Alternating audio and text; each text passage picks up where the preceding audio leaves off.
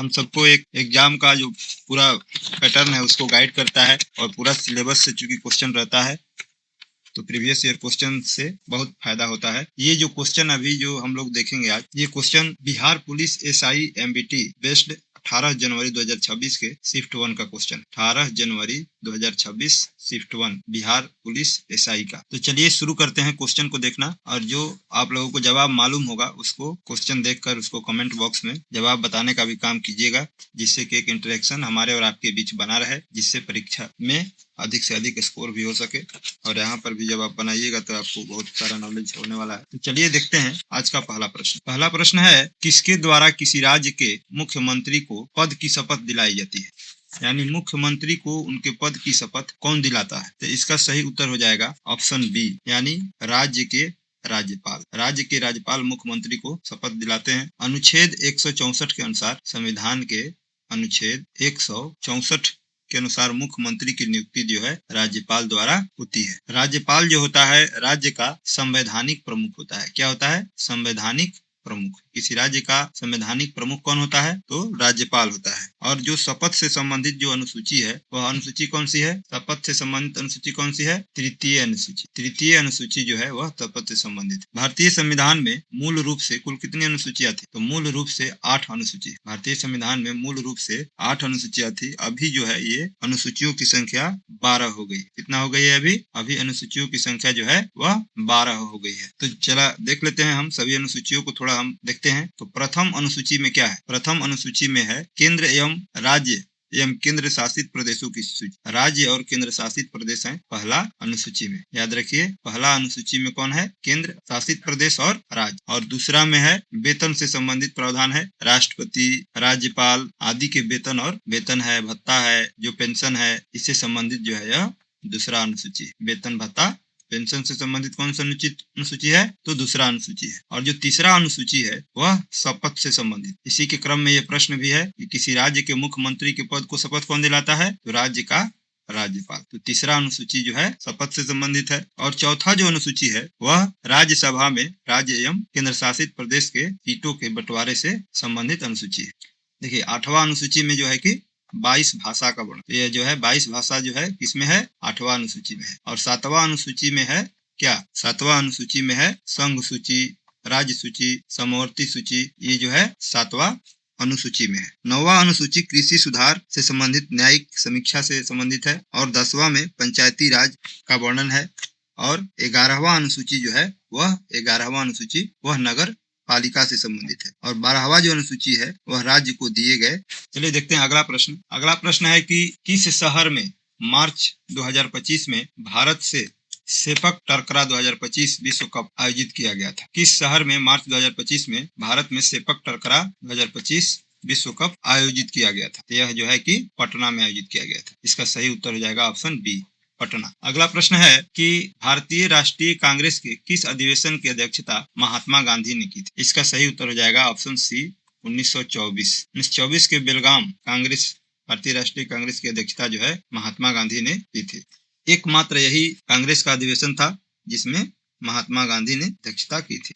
1922 में जो गया में हुआ था इसमें चित्तरंजन दास अध्यक्ष, याद रखिए, चित्तरंजन दास। और 1923 के जो दिल्ली में हुआ था भारतीय राष्ट्रीय कांग्रेस का अधिवेशन, इसमें मौलाना अब्दुल कलाम आजाद जो है राष्ट्रीय अध्यक्ष बने थे। और 1925 में कानपुर में हुआ था, यह बहुत इंपॉर्टेंट है। इसी समय सरोजिनी नायडू कांग्रेस के पहली महिला अध्यक्ष बनी थी। तो 1925 में क्या हुआ? 1925 में सरोजिनी नायडू कांग्रेस की अध्यक्ष बनने वाली पहली महिला बनी। चलिए देखते हैं अगला प्रश्न। अगला प्रश्न है कि नेपाल निम्नलिखित में से किस भारतीय राज्य के साथ अपनी सीमा साझा करता है? यानी नेपाल की सीमा जो है निम्न में से किस राज्य से लगती है? इसका जो उत्तर होगा ऑप्शन ए होगा, पश्चिम बंगाल। पश्चिम बंगाल के अलावा भी नेपाल की जो सीमा है भारतीय राज्य से लगती है। वह कौन कौन राज्य है?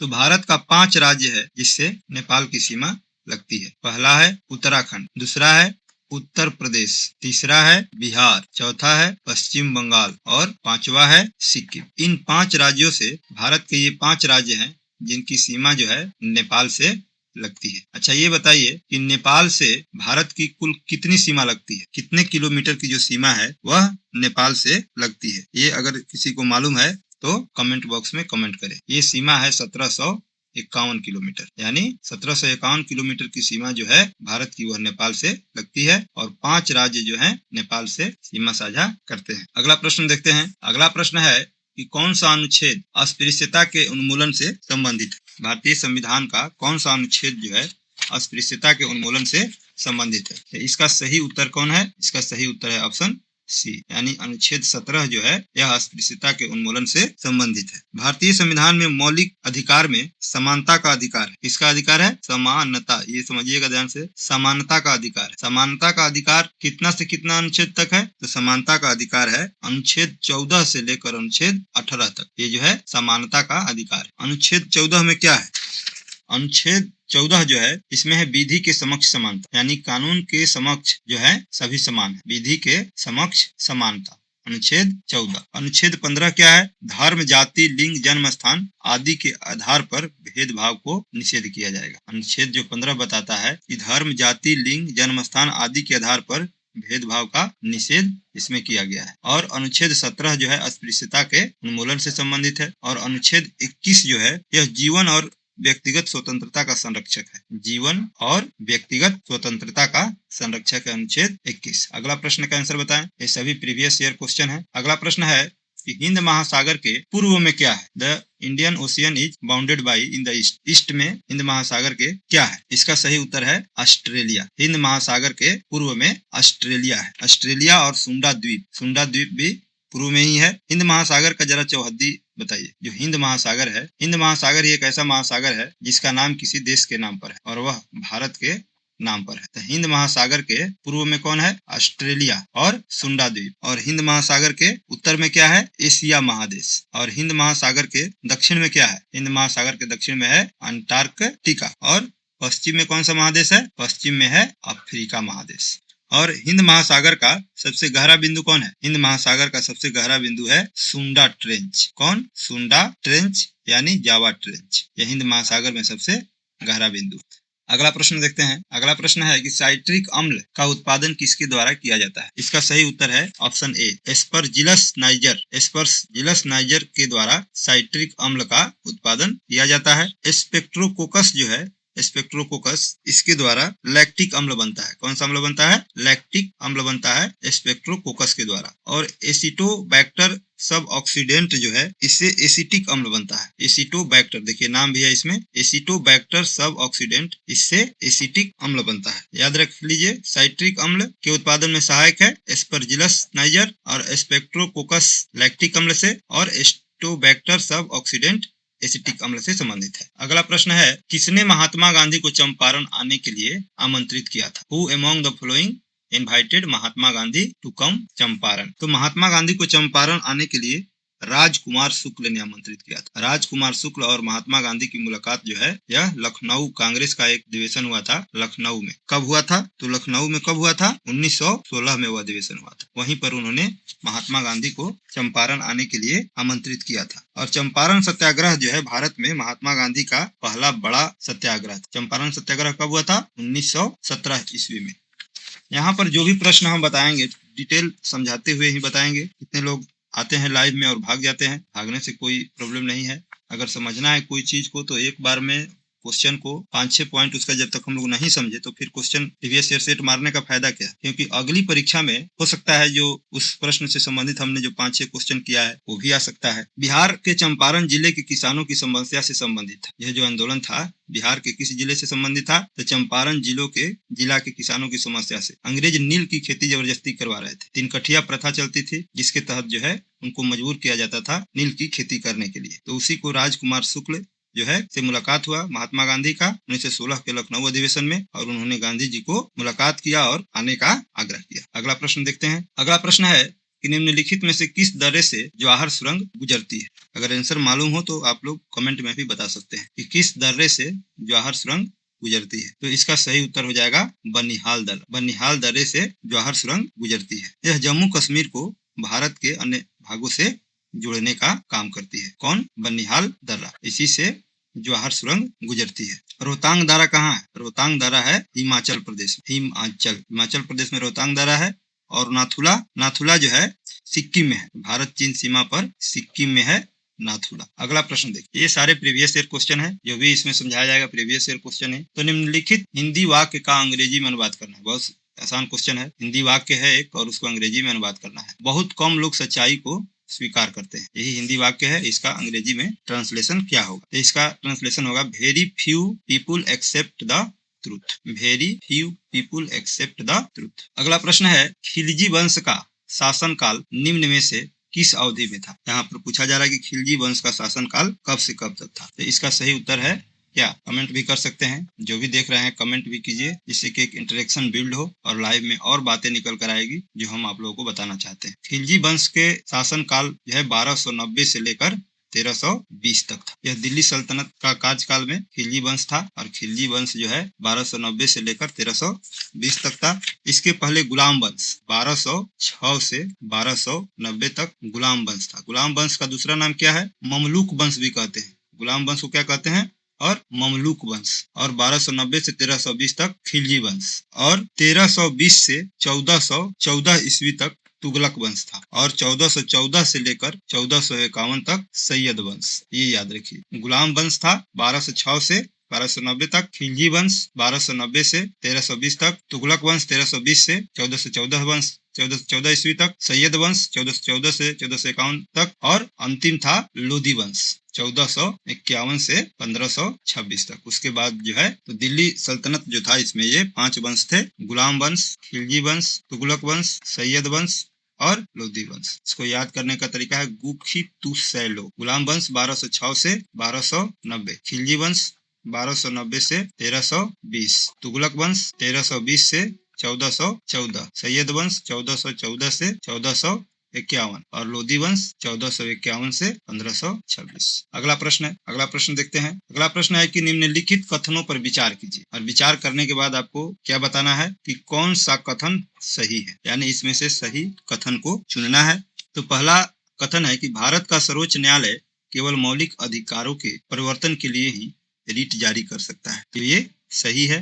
भारत का सर्वोच्च न्यायालय अनुच्छेद 32 के अंत से सर्वोच्च न्यायालय मौलिक अधिकारों के लिए रिट जारी कर सकता है केवल। दूसरा कथन है उच्च न्यायालय मौलिक अधिकारों तथा अन्य विधिक अधिकारों के लिए रिट जारी कर सकता है। ये भी सही है कि उच्च न्यायालय जो है मौलिक अधिकार और अन्य विधिक अधिकार के लिए रिट जारी कर सकता है, यह अनुच्छेद 226 के तहत। तीसरा है सर्वोच्च न्यायालय का उद्घाटन सत्र 26 जनवरी 1950 का आयोजित हुआ। ये गलत है। सर्वोच्च न्यायालय का उद्घाटन सत्र 26 जनवरी को नहीं 28 जनवरी 1950 को आयोजित हुआ था। तो इसमें सही है पहला और दूसरा। अगला प्रश्न है दिसंबर 2025 में भारत के मुख्य सूचना आयुक्त के रूप में किसे नियुक्त किया गया? दिसंबर 2025 में भारत के मुख्य सूचना आयुक्त के रूप में किसे नियुक्त किया गया है? इसका सही उत्तर है ऑप्शन बी, राजकुमार गोयल को मुख्य सूचना आयुक्त यानी चीफ इंफॉर्मेशन कमिश्नर के रूप में नियुक्त किया गया है। अगला प्रश्न है भारतीय संविधान की प्रस्तावना में धर्मनिरपेक्ष शब्द किस संशोधन द्वारा जोड़ा गया? इसका सही उत्तर है ऑप्शन बी, 42वां संशोधन द्वारा भारत के संविधान की प्रस्तावना में धर्मनिरपेक्ष शब्द जोड़ा गया। यह संशोधन आपातकाल के दौरान इंदिरा गांधी सरकार में हुआ था। प्रस्तावना में संपूर्ण प्रभुत्व संपन्न समाजवादी पंथ निरपेक्ष लोकतांत्रिक गणराज्य जोड़ा गया था। इसको 42वां संविधान संशोधन जो है इसको मिनी संविधान भी कहा जाता है, मिनी संविधान कहा जाता है। 44वां संविधान संशोधन जो है जो 1978 में हुआ, इसने न्यायिक स्वतंत्रता को फिर से बहाल किया। अगला प्रश्न है जन धन योजना कब प्रारंभ की गई? जन धन योजना कब प्रारंभ की गई? इसका सही उत्तर हो जाएगा ऑप्शन डी, जन धन योजना जो है 2014 में प्रारंभ की गई। 28 अगस्त प्रधानमंत्री नरेंद्र मोदी के द्वारा इसको शुरू किया गया। इसका उद्देश्य था प्रत्येक नागरिक को बैंकिंग सुविधा उपलब्ध कराना। अगला प्रश्न है चुआर विद्रोह किस वर्ष प्रारंभ हुआ? चुआर विद्रोह किस वर्ष प्रारंभ हुआ? इसका सही उत्तर हो जाएगा ऑप्शन ए, 1771 ईस्वी में चुआर विद्रोह प्रारंभ हुआ। कब? 1771 ईस्वी में। चुआर विद्रोह जंगल महल क्षेत्र में प्रारंभ हुआ। इस क्षेत्र में जंगल महल क्षेत्र में विद्रोहियों ने इसमें गुरिल्ला पद्धति अपनाया था, गुरिल्ला पद्धति। अगला प्रश्न है फीडे शतरंज विश्व कप 2025 की मेजबानी कौन सा देश करेगा? क्योंकि प्रीवियस ईयर क्वेश्चन है, इसमें प्रीवियस ईयर का करंट अफेयर्स भी रहेगा। इसका सही उत्तर हो जाएगा ऑप्शन बी, फीडे शतरंज विश्व कप 2025 की मेजबानी भारत ने किया। अगला प्रश्न है विजयनगर साम्राज्य के वंश और राजा की निम्नलिखित में से कौन सी जोड़ी सही रूप से मेल नहीं खाती है? संगम वंश, हरिहर द्वितीय, ये जो है जोड़ी मेल खा रही है। संगम वंश से संबंधित थे हरिहर द्वितीय। सलूव वंश, तिम्मा, ये भी सही है। और अरविंदु वंश तिरुमला, ये भी सही है। ये 3 सही है। ये तीनों के जो साम्राज्य के वंश हैं और इनके राजा जो है इसकी जोड़ी मेल खा रही है। संगम वंश हरिहर द्वितीय, सलू वंश तिम्मा, अरविंदु वंश तिरुमला। कौन सही जोड़ी नहीं है? तो ये तुलु वंश। तुलु वंश के स्थापना वीर नरसिंह राय ने की थी और इसके प्रमुख शासक जो थे कृष्णदेव राय थे। कृष्णदेव राय पूछ देता है कभी कभी प्रश्न, कृष्णदेव राय किस वंश थे? तो वह थे तुलु वंश थे। अगला प्रश्न है 1920 से 1935 के स्वतंत्रता संग्राम के संदर्भ में निम्नलिखित कथनों पर विचार कीजिए।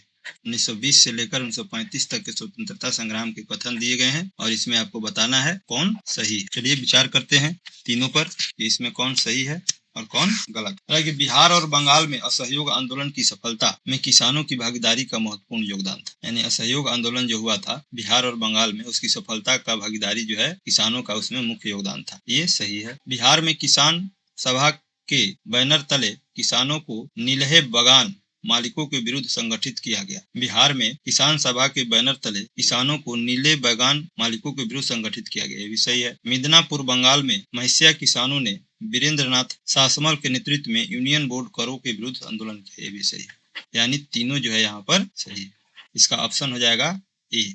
1, 2 और 3 तीनों सही है। अगला प्रश्न है 16 वर्ष से कम आयु के बच्चों के लिए यूट्यूब को सोशल मीडिया प्रतिबंध में शामिल करने का निर्णय किस देश ने लिया? इसका सही उत्तर हो जाएगा ऑप्शन सी, ऑस्ट्रेलिया ने लिया। अगला प्रश्न है निम्नलिखित संवैधानिक विशेषताओं को उनके संबंधित लोकतांत्रिक मूल्यों से मिलाइए। यानी एक तरफ संवैधानिक विशेषता दिया गया है और एक तरफ उसका लोकतांत्रिक मूल्य दिया गया है और दोनों को मिलाना है। चलिए देखते हैं, मिलाते हैं। पहला है मौलिक कर्तव्य। तो मौलिक कर्तव्य को हम लोग मिलाएंगे तीसरा से। मौलिक कर्तव्य यानी नागरिकों के जिम्मेदारियों की मान्यता। मौलिक कर्तव्य से क्या है? नागरिकों की जिम्मेदारियों की मान्यता। ऑप्शन बी है समान मतदान अधिकार। इसको मिलाएंगे चौथा से, सार्वभौमिक मतदान का सार्वभौमिक मताधिकार के सिद्धांत से। सी है स्थानीय स्वशासन प्रावधान। इसको मिलाएंगे पहला से, जमीनी स्तर पर लोकतंत्र। स्थानीय स्वशासन प्रावधान, स्थानीय याद रखिए, इससे पकड़ में आएगा स्थानीय स्वशासन प्रावधान यानी जमीनी स्तर पर लोकतंत्र। और धार्मिक स्वतंत्रता का आश्वासन यानी व्यक्ति के प्रति सम्मान। यानी इसका जो सही है ऑप्शन ए सही है। अगला प्रश्न देखते हैं, भारतीय संविधान का अनुच्छेद 323 किससे संबंधित है?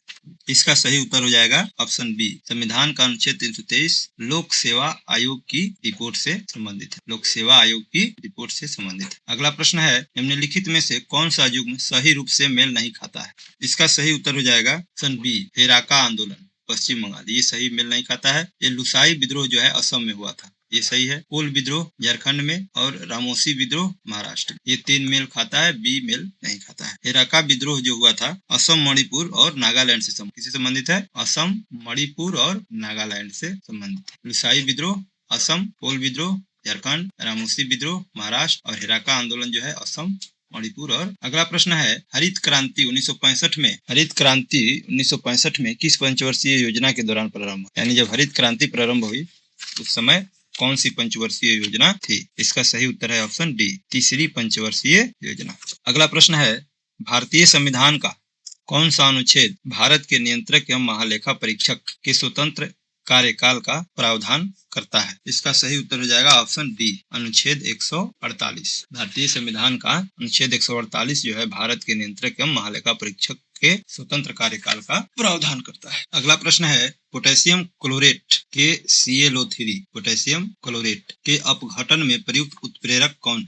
इसका सही उत्तर है MnO2। अगला प्रश्न है प्रोकैरियोट और यूकैरियोट कोशिका के बीच प्रमुख अंतर क्या है?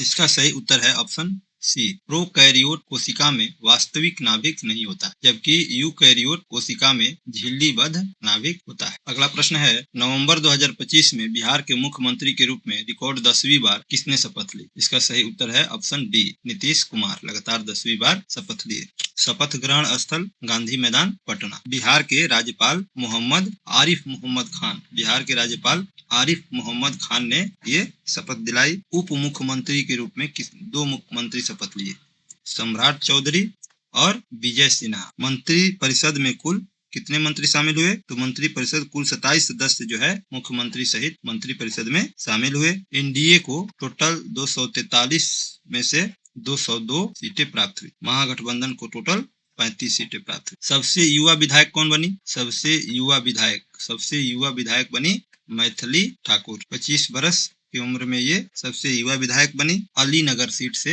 इन्होंने चुनाव जीता। अगला प्रश्न है, भारत का पहला राष्ट्रीय डॉल्फिन अनुसंधान केंद्र NDRC कहाँ उद्घाटित किया गया? इसका सही उत्तर है ऑप्शन बी, पटना, बिहार। भारत का पहला राष्ट्रीय डॉल्फिन अनुसंधान केंद्र का उद्घाटन किया गया। भारत का पहला राष्ट्रीय डॉल्फिन अनुसंधान केंद्र पटना, बिहार में उद्घाटित हुआ। भारत के राष्ट्रीय जलीय जीव कौन है? भारत के राष्ट्रीय जलीय जीव है गंगा डॉल्फिन। वन्य जीव संरक्षण अधिनियम 1972 की अनुसूची 1 में शामिल किया गया है। प्रोजेक्ट डॉल्फिन का कब शुरुआत हुआ? प्रोजेक्ट डॉल्फिन का शुरुआत हुआ 2021 में। विक्रमशिला डॉल्फिन अभयारण्य कहाँ है? तो विक्रमशिला डॉल्फिन अभयारण्य बिहार में। राष्ट्रीय डॉल्फिन दिवस 5 अक्टूबर को मनाया जाता है, राष्ट्रीय डॉल्फिन दिवस। अगला प्रश्न है, बेकिंग पाउडर किसका मिश्रण? इसका सही उत्तर है ऑप्शन डी, बेकिंग सोडा और हल्का खाद्य अम्ल, इसका मिश्रण है बेकिंग पाउडर, यानी खाने वाला soda. Sodium by carbonate. Sodium by carbonate का सूत्र क्या होता है? NaHCO3, sodium by carbonate. अगला प्रश्न है, हरित क्रांति शब्द का प्रयोग किसने किया? तो हरित क्रांति शब्द का प्रयोग पहली बार विलियम एस गॉड ने किया। विलियम एस गॉड ने किया। हरित क्रांति का जनक कहा जाता है नॉर्मन बोरलॉग को। NE बोरलॉग हरित क्रांति के जनक के रूप में जाने जाते हैं। यहाँ पर पूछा गया है कि हरित क्रांति शब्द का प्रयोग किसने किया पहली बार? तो विलियम एस गॉड। भारत में हरित क्रांति के जनक कौन है? MS स्वामीनाथन। ये भारत में हरित क्रांति के जनक हुए। हरित क्रांति की शुरुआत कौन से देश से हुई? तो हरित क्रांति की शुरुआत मैक्सिको से। कहाँ से हुई? मैक्सिको से। अगला प्रश्न देखते हैं। अगला प्रश्न है, कोलंबिया की राजधानी क्या है? इसका सही उत्तर है बोगोटा। बोगोटा जो है कोलंबिया की राजधानी है। अगला प्रश्न है, मौर्य वंश के बाद किस वंश की स्थापना? तो मौर्य वंश के बाद जो है शुंग वंश की स्थापना। पुष्य मित्र शुंग इसके संस्थापक। पुष्य मित्र शुंग इसके संस्थापक थे। 185 ईस्वी पूर्व 185 ईस्वी पूर्व में उन्होंने शुंग वंश की स्थापना की। मौर्य काल के बाद ब्राह्मणवादी परंपराओं को बढ़ावा मिला। शुंग वंश का शासन काल कब से कब तक था? तो शुंग वंश का शासन काल 185 ईस्वी पूर्व से लेकर 73 ईस्वी पूर्व तक। मौर्य वंश के संस्थापक कौन थे? चंद्रगुप्त मौर्य। 321 ईस्वी पूर्व 321 ईस्वी पूर्व से 185 ईस्वी पूर्व तक मौर्य वंश का शासन रहा और इसके बाद शुंग वंश का शासन काल आ गया। अगला प्रश्न है, 18वीं लोकसभा अध्यक्ष स्पीकर के रूप में किसे पुनः निर्वाचित किया गया? इसका सही उत्तर है ऑप्शन बी, ओम बिरला। जो अभी जो लोकसभा जो चुनाव हुआ है ये 18वीं लोकसभा है और 18वीं लोकसभा में पुनः जो है ओम बिरला को अध्यक्ष स्पीकर बनाया गया है। 26 जून 2024 को उन्हें पूरा लोकसभा के अध्यक्ष के रूप में चुना गया। वे 2019 से ही लोकसभा के अध्यक्ष बने हुए हैं। यह जो हुआ उनका दूसरा कार्यकाल है। यह उनका कौन सा कार्यकाल है? दूसरा कार्यकाल। अगला प्रश्न है कि भारतीय संविधान में कानून के समक्ष समान संरक्षण, इक्वल प्रोटेक्शन अंडर लॉ, यह अवधारणा किस देश के संविधान से ली गई है? कहने का मतलब है कानून के समक्ष समान संरक्षण, यह किस देश के संविधान से लिया गया है? इसका सही उत्तर है संयुक्त राज्य अमेरिका, यूएसए के संविधान से लिया गया है कानून के समक्ष समान संरक्षण। अच्छा बताइए, मौलिक कर्तव्य कहाँ से लिया गया है? तो रूस से लिया गया है। मौलिक कर्तव्य कुल कितने हैं? 11वां जोड़ा गया 86वां संविधान संशोधन 2002 के द्वारा। और मौलिक कर्तव्य को, ये प्रश्न आप कमेंट में बताइए कि मौलिक कर्तव्य को संविधान में कब जोड़ा गया था। अगला प्रश्न है, ब्लैक डेथ किसका अन्य नाम? इसका सही उत्तर होगा ऑप्शन बी, प्लेग। प्लेग जो बीमारी है इसी को ब्लैक डेथ कहा जाता है। 14वीं सदी में यह जो है एक महामारी बनी हुई थी प्लेग। यार्सिनिया पेस्टी जीवाणु जो है इसका मुख्य कारक है। अगला प्रश्न है, अर्थशास्त्र की धन परिभाषा वेल्थ डिफिनेशन का उल्लेख एडम स्मिथ ने किस पुस्तक में किया है? यानी एडम स्मिथ की कौन सी पुस्तक है जिसमें वेल्थ डिफिनेशन यानी धन परिभाषा को उल्लेख किया गया है? इसका सही उत्तर है वेल्थ ऑफ नेशन। ये बहुत ही इंपॉर्टेंट किताब है, एडम स्मिथ के द्वारा लिखा गया है। कभी कोई पूछता है वेल्थ ऑफ नेशन के लेखक कौन है? एडम स्मिथ एक अर्थशास्त्री है और इसमें उन्होंने धन की परिभाषा यानी वेल्थ डिफिनेशन दिया हुआ है। अगला प्रश्न है, निम्नलिखित में से अर्थशास्त्र के लेखक के रूप में किसे जाना जाता है? तो अर्थशास्त्र के लेखक हैं कौटिल्य। कौटिल्य का अन्य नाम क्या है? विष्णुगुप्त और चाणक्य। अर्थशास्त्र जो पुस्तक है यह राजनीति से संबंधित, किससे संबंधित है? राजनीति से संबंधित है। अर्थशास्त्र में मौर्य प्रशासन का वर्णन मिलता है और यह जो है अर्थशास्त्र संस्कृत में लिखा गया है। किस भाषा में लिखा गया है? संस्कृत में लिखा गया है। अगला प्रश्न है, 9 दिसंबर 2024 को भारतीय रिजर्व बैंक के नए गवर्नर के रूप में किसे नियुक्त किया गया? यानी आरबीआई का वर्तमान में गवर्नर जो है, जो 9 दिसंबर 2024 को नियुक्त किए गए, उनका क्या नाम है? यह है Sanjay Malhotra. Reserve bank of India के 9 दिसंबर 2024 को गवर्नर चुने गए। ये 26वें गवर्नर, संख्या भी याद रखिए, ये भी पूछ लिया जाता है।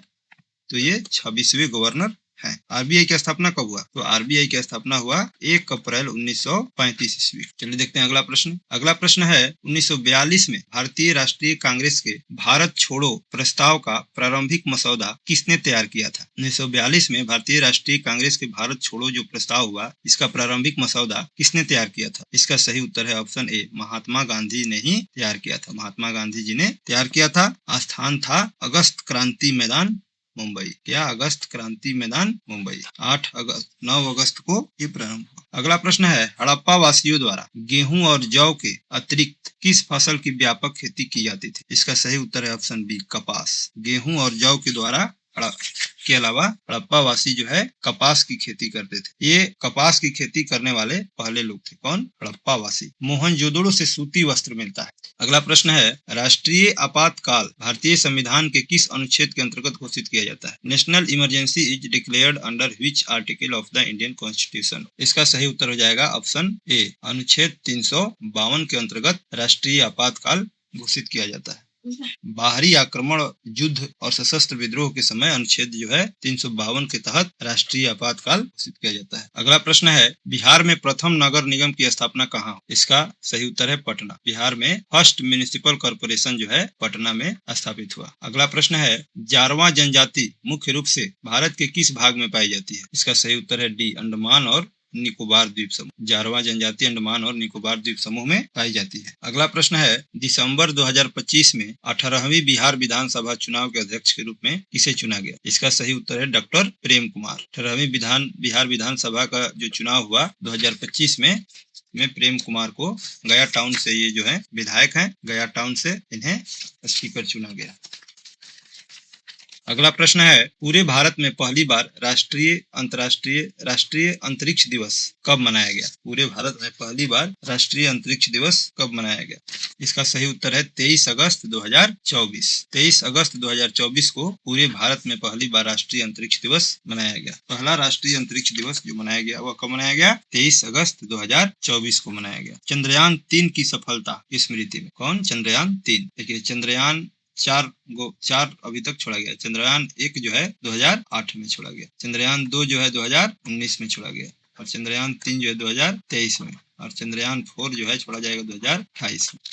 यह इसरो के द्वारा चंद्रयान 3 जो छोड़ा गया, किसके द्वारा? इसरो के द्वारा, Indian space research organisation. ISRO की स्थापना कब हुआ? 15 अगस्त 1969 ईस्वी, डॉक्टर विक्रम साराभाई के द्वारा। अगला प्रश्न है मेंडल के प्रयोग में मटर के पौधे की वंशागति निर्धारित करने के लिए कौन से लक्षण उपयोग किया गया था? इसका सही उत्तर है सभी। फूल का रंग, बीज का आकार और पौधे की ऊंचाई, इन सभी को मेंडल ने अपने प्रयोग में मटर के पौधे के वंशागत निर्धारण के लिए सबका उपयोग किया। फूल के रंग का, बीजों के आकार का और पौधों के ऊंचाई का। अगला प्रश्न है भारत का 73वां संविधान संशोधन अधिनियम किससे संबंधित है? इसका सही उत्तर है ऑप्शन बी, पंचायती राज संस्थाएं से संबंधित है। 73वां संविधान संशोधन कब हुआ? 1992 ईस्वी में और इससे संविधान में भाग 9 जोड़ा गया भाग 9 जोड़ा गया और 11वीं अनुसूची जोड़ी। भाग 9वां जुड़ा और अनुसूची 11वां जुड़ा और इसमें पंचायतों के लिए 29 विषय को शामिल किया गया। पंचायतों की 3 स्तरीय प्रणाली कौन सी है? बताइए। तो पंचायतों की 3 स्तरीय प्रणाली है ग्राम पंचायत, पंचायत समिति और जिला परिषद। ग्राम पंचायत, पंचायत समिति और जिला परिषद। पूछ लिया जाएगा मध्यम स्तर पे कौन है? तो पंचायत समिति। अगला प्रश्न है केप टाउन गुड होप की खोज किसने की? केप टाउन गुड होप की खोज किसने की? इसका सही उत्तर होगा बार्थोलोम्यू डियाज ने केप टाउन गुड होप की खोज की। ये पुर्तगाली खोजकर्ता थे। कौन से, कहाँ के थे? तो पुर्तगाल के थे। अच्छा बताइए 1498 में इसी मार्ग से भारत पहुंचकर जो है भारत के कालीकट तट पर जो आया पुर्तगाली, वो कौन था? वह था वास्को डिगामा। और जब वो भारत आया तो उस समय जो है कालीकट बंदरगाह पर आया और उस समय वहाँ के राजा कौन थे?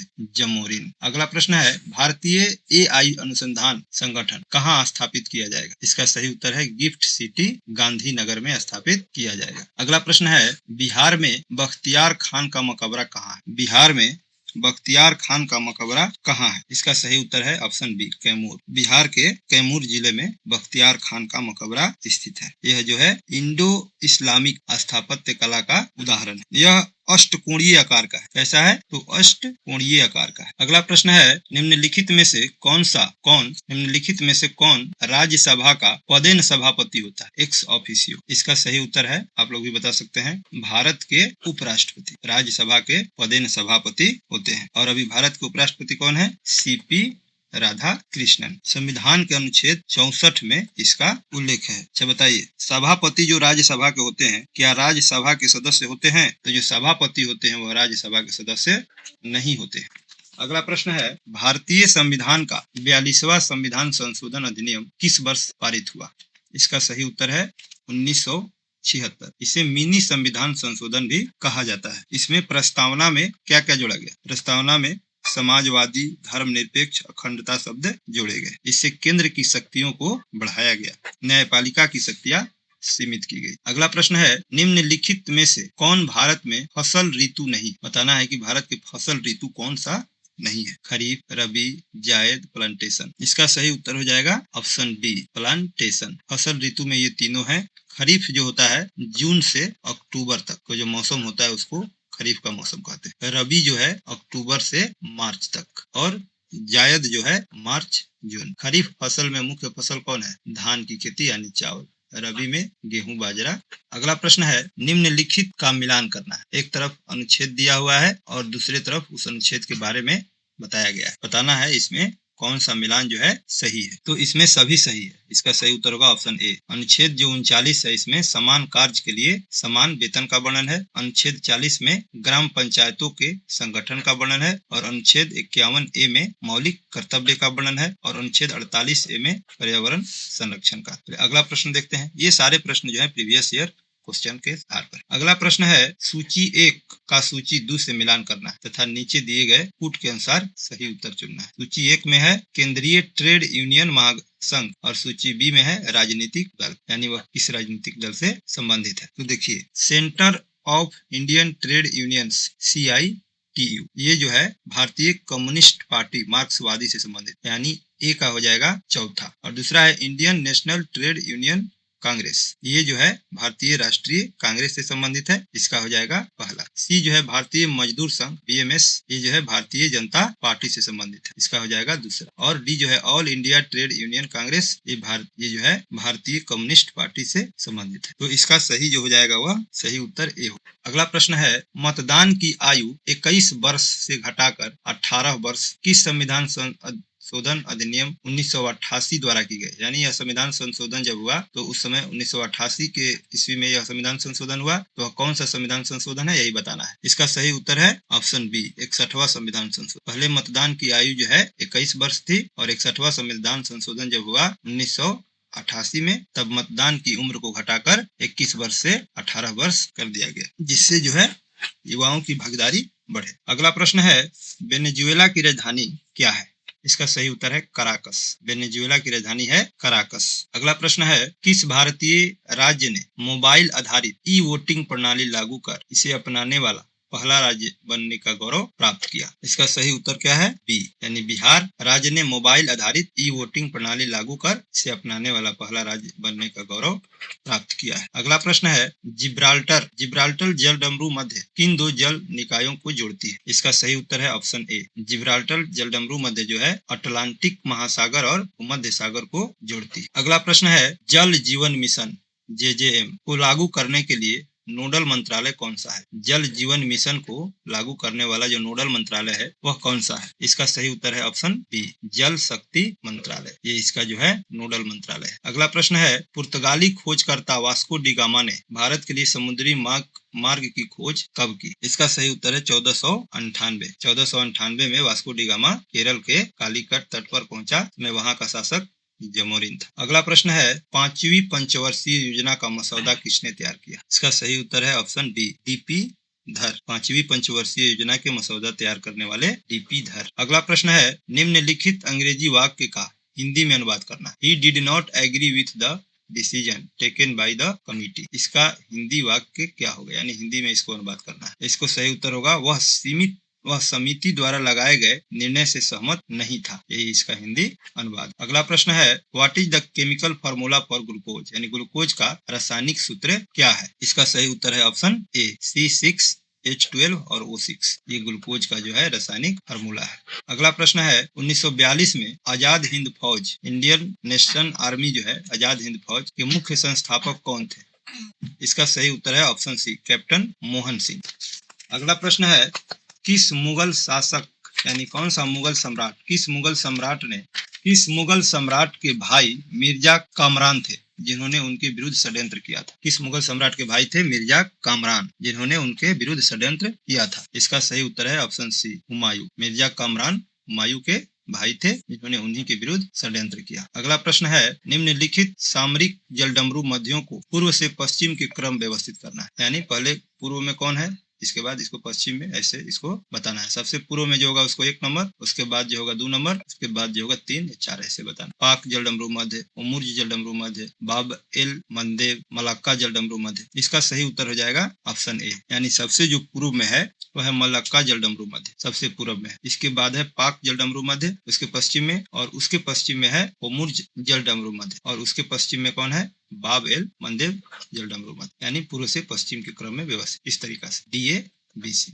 मलक्का, पाक, उमुर्ज, बाबेल। अगला प्रश्न है, 2011 की जनगणना के अनुसार बिहार के कुल साक्षरता दर कितने थे? इसका सही उत्तर है ऑप्शन सी, 61.8%। 2011 की जनगणना के अनुसार बिहार की साक्षरता दर। अगला प्रश्न है, बिहार के प्रथम मुख्यमंत्री कौन थे? तो बिहार के प्रथम मुख्यमंत्री थे श्री कृष्ण सिंह। 1946 से लेकर 1961 तक ये बिहार के मुख्यमंत्री के पद पर रहे। अगला प्रश्न है, निम्नलिखित में से बिहार की सबसे ऊंची चोटी कौन सी है? बिहार के जो है सबसे ऊंची चोटी का नाम पूछा जा रहा है। इसका सही उत्तर है ऑप्शन सी, सोमेश्वर पहाड़ियां। यह बिहार की सबसे ऊंची चोटी है। इसकी ऊंचाई जो लगभग 880 मीटर। यह पश्चिमी चंपारण में है। अगला प्रश्न है, बिहार के प्रथम मुख्यमंत्री कौन थे? इसका सही उत्तर है ऑप्शन ए, श्री कृष्ण सिंह बिहार के प्रथम मुख्यमंत्री थे। ये सेम क्वेश्चन आ रहा है। चलिए अगला प्रश्न देखते हैं। अगला प्रश्न है, ट्रांसफर शब्द का हिंदी अर्थ क्या है? ट्रांसफर का हिंदी में क्या कहते हैं? इसका बी, स्थानांतरण। ट्रांसफर को हिंदी में स्थानांतरण कहते हैं। अगला प्रश्न है, कोरोमंडल तटीय मैदान के साथ एक प्रमुख डेल्टा के निर्माण के लिए कौन सी नदी जिम्मेदार है? इसका सही उत्तर है ऑप्शन ए, गोदावरी। गोदावरी नदी कोरोमंडल तट पर सबसे बड़ी डेल्टा बनाती है। यह पूर्व की ओर बहकर बंगाल की खाड़ी जो है, पूर्व में बंगाल की खाड़ी, उसमें गिरती है। यह अधिक मात्रा में जलोढ़ मिट्टी को जमा करती है। गोदावरी जो है दक्षिण गंगा के नाम से भी जानी, याद रखिए, दक्षिण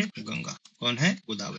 अगला प्रश्न है, 16 जून 2025 को प्रधानमंत्री नरेंद्र मोदी को साइप्रस द्वारा निम्नलिखित में से कौन सा सर्वोच्च नागरिक सम्मान प्रदान किया गया? 16 जून 2025 को। इसका सही उत्तर है option B, grand cross of the order of Makarios III। ये जो है साइप्रस द्वारा प्रधानमंत्री नरेंद्र मोदी को 16 जून 2025 को इस पुरस्कार से सम्मानित किया गया। अगला प्रश्न है, निम्नलिखित में से कौन सी घटना प्रकाश के वायुमंडलीय अपवर्तन के कारण नहीं होती है? यानी प्रकाश के वायुमंडलीय अपवर्तन के कारण सभी घटना होती है, लेकिन इसमें एक ऐसी घटना है जो प्रकाश के वायुमंडलीय अपवर्तन के कारण नहीं होती है। वह है सूर्य का सूर्यास्त के समय लाल दिखाई देना। सूर्य का लाल दिखना प्रकाश के प्रकीर्णन के कारण होता है, वायुमंडलीय अपवर्तन के कारण नहीं। यह किसके कारण होता है? प्रकीर्णन के कारण होता है। याद रखिए, सूर्य का सूर्यास्त के समय लाल दिखाई देना प्रकीर्णन के कारण होता है, न कि वायुमंडलीय अपवर्तन के कारण। वायुमंडलीय अपवर्तन के कारण कौन कौन सी घटना होती है? तो रात में जो तारे टिमटिमाते हैं उसमें एटमॉस्फेरिक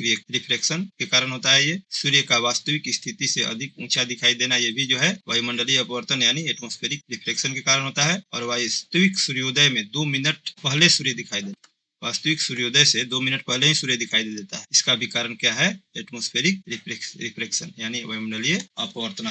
अगला प्रश्न है, निम्नलिखित कथनों पर विचार कीजिए और इसमें आपको बताना है कौन सा सही है। पहला है कि संसदीय प्रणाली ब्रिटेन से ली गई है। दूसरा है नीति निर्देशक सिद्धांत की अवधारणा आयरलैंड से ली गई है। और तीसरा है कि मौलिक कर्तव्य की अवधारणा सोवियत संघ यानी USSR से ली गई है। यहाँ पर सभी सही। संसदीय जो प्रणाली है वह भारत की संसदीय प्रणाली ब्रिटेन से ली गई है। नीति निर्देशक तत्व जो है वह आयरलैंड से, और मौलिक कर्तव्य रूस। अगला प्रश्न है, पलायन शब्द का हिंदी में क्या? इसका अर्थ है योजना, ऑप्शन ए। अगला प्रश्न है, किस वर्ष दिल्ली को तत्कालीन सम्राट जॉर्ज पंचम द्वारा आधिकारिक रूप से ब्रिटिश भारत की राजधानी घोषित किया गया? यानी किस वर्ष दिल्ली को राजधानी घोषित किया गया? और वो घोषित करने वाले थे जॉर्ज पंचम।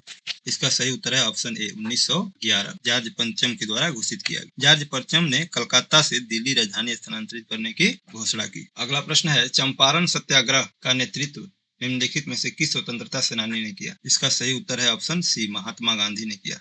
महात्मा गांधी को चंपारण के एक किसान ने बुलाया, उनका नाम था राजकुमार शुक्ल। उन्होंने 1916 में लखनऊ अधिवेशन में गांधी जी से उनका मुलाकात हुआ और उन्होंने गांधी जी को चंपारण आने का न्योता दिया। और 1917 में भारत में गांधी जी द्वारा पहला सत्याग्रह किया गया। 3 कठिया प्रथा चलती थी, उसी के विरुद्ध में गांधी जी ने इसका नेतृत्व किया। अगला प्रश्न है, कौन सी नदी अरब सागर में मिलने से पहले मुहाना यानी एस्चुरी बनाती? इसका सही उत्तर है ऑप्शन ए, नर्मदा। नर्मदा जो है पश्चिम की ओर बहने वाली नदी है, नर्मदा और ताप्ती। यह डेल्टा नहीं बनाती है, यह एस्चुरी का निर्माण करती है। नर्मदा नदी जो है अमरकंटक के पहाड़ी से निकलती है। सोन जो गंगा में दक्षिण की तरफ से आके मिलती है, ये भी जो है अमरकंटक के पहाड़ी से निकलती है। अगला प्रश्न है, मानसून ऋतु के दौरान भारत के ऊपर जेट स्ट्रीम की उपस्थिति का सही वर्णन कौन सा है?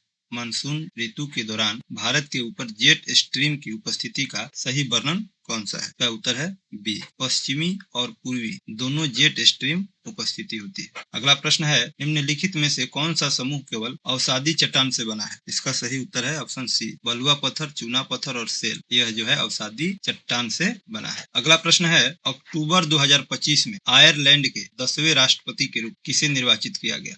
तो अक्टूबर 2025 में आयरलैंड के जो है 10वें राष्ट्रपति बने हैं ऑप्शन बी, कैथरीन कनाली। अगला प्रश्न है, पेनिसिलिन की खोज किसने की? इसका सही उत्तर है ऑप्शन बी, अलेक्जेंडर फ्लेमिंग। ये खोज उन्होंने 1928 ईस्वी में की। पेनिसिलिन पहला एंटीबायोटिक है। एंटीबायोटिक जो हम लोग दवा खाते हैं तो इसमें पहला एंटीबायोटिक कौन है? पेनिसिलिन है। और अलेक्जेंडर फ्लेमिंग को 1945 ईस्वी में नोबेल पुरस्कार से भी सम्मानित किया गया है। अगला प्रश्न है, बोस्निया में विजेलिना ओपन में अपना अंतिम जीएम नॉर्म प्राप्त करने के बाद भारत के 90वें ग्रैंड शतरंज ग्रैंड मास्टर, यही याद रखना कि 90वें शतरंज ग्रैंड मास्टर कौन बने हैं? तो सही उत्तर है इलाम पार्थी एआर। इलाम पार्थी एआर जो है भारत के 90वें शतरंज ग्रैंड मास्टर बने हैं। अगला प्रश्न है, अब समाप्त होने वाला है, डेली एक सेट ही होता है। तो कनिष्क की राजधानी कहाँ? तो इनकी राजधानी थी पेशावर। वर्तमान में जो है पेशावर है। पुरुषपुर पहले इसका नाम था, पुरुषपुर। तो कनिष्क की राजधानी कहाँ स्थित थी? तो पेशावर, पुरुषपुर में। कनिष्क ने बैक्ट्रिया में एक विशाल साम्राज्य पर शासन किया था, जो तारिम बैसिन के तूफान से लेकर गंगा के मैदान में पाटलिपुत्र तक फैला हुआ था। अगला प्रश्न है,